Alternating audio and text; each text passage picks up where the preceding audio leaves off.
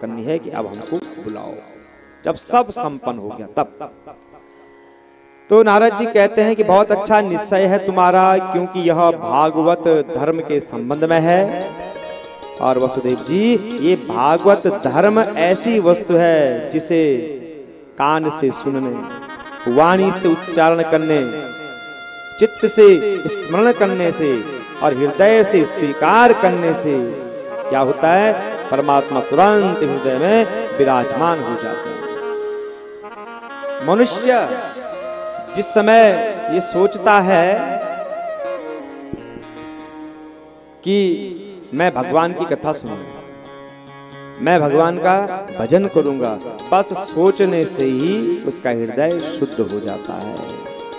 अरे जिनके गुण, लीला, नाम आदि का श्रवण, जिनके नाम का कीर्तन पतितों को भी पावन करने वाला है। वसुदेव जी, भगवान श्री कृष्ण को केवल आप अपना पुत्र ही न समझें, वे सर्व आत्मा है, सर्वेश्वर हैं, कारणातीत हैं, अविनाशी हैं, उपादान और निमित्त कारण हैं, संसार को बनने वाले भी स्वयं हैं और बनाने वाले भी हैं। भगवान की छवि, भगवान ने त्रिलोकी में आकर के लीला करी है और लीला से भगवान ने मनुष्य रूप धारण किया है और अपने ऐश्वर्य को छिपा दिया है। अपने ऐश्वर्य को भगवान ने छिपाया हुआ और उनके ऐश्वर्य को वही समझ सकता है जो उनसे अपने मन को जोड़ता है। तो श्री सुखदेव जी कहते हैं कि प्रिय परीक्षित, नारद जी के मुख से यह सुंदर उपदेश सुनकर के वसुदेव जी और परम भाग्यवती देवकी जी को बड़ा विस्मय होता है। क्षण भर में ही मोह ममता का जो अवशेष था उसे छोड़ देते हैं। नारद जी वहां से चले गए उपदेश दे करके।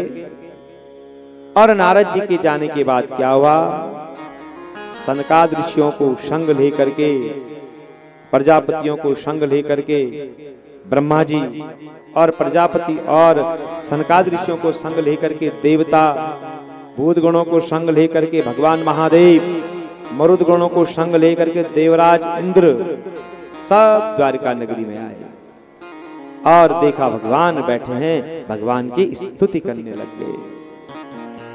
बड़े प्रेम से स्तुति करते हैं प्रभु की। नत्ता स्मत्ते नाम पादारविंदम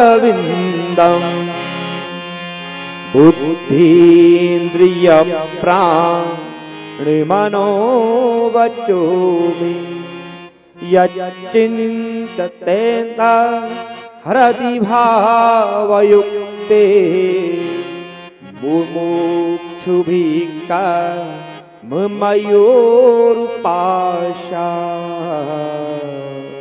हे स्वामी, आपकी छवि ऐसी है जिसे एक बार आदत पड़ जाती है ना, वो रह नहीं पाता है। स्वामी, कर्मों के विकट फंदों से छूटने की इच्छा वाले मुमुक्षुजन, जो चाहते कि हम कर्मों से छूट जाएं, भक्ति भाव से अपने हृदय में जिनका चिंतन करते हैं, आपके उन्हीं श्री चरणों में हम बार बार प्रणाम करते हैं। हम आपको प्रणाम करते हैं प्रभु। भगवान को प्रणाम किया, भगवान की स्तुति करी और अपने धाम जाने के लिए आकाश में स्थित हो जाते हैं। और वहां जाकर के ब्रह्मा जी ने कहा, प्रभु आ जाइए, अब लीला संवरण हो गई है, अब धरती में कोई भी ऐसा कार्य नहीं है जिसके लिए आपको यहाँ रुकना पड़े। सारे कार्य संपन्न हो गए हैं, आपने सबको आनंद दे दिया है प्रभु। सर्वाधिकार, अब कोई भी ऐसा काम है ही नहीं जिसके लिए आपको यहाँ रुकना पड़े। बैकुंठनाथ, अब अपने बैकुंठ आ जाइए, हमारा भी लालन पोषण कीजिए, हम भी आपकी भक्ति करना चाहते हैं। तत स्वधाम परमं विश्वस्य यदि मन्यसे सलोकान लोकपालान पाई बैकुंठ किंकरं। भगवान श्री कृष्ण कहते हैं, ब्रह्मा जी बस थोड़ा दिन आ जाऊंगा मैं से। ब्रह्मा जी सुनिए, अब ब्राह्मणों के शाप से इस वंश का नाश प्रारंभ हो चुका है।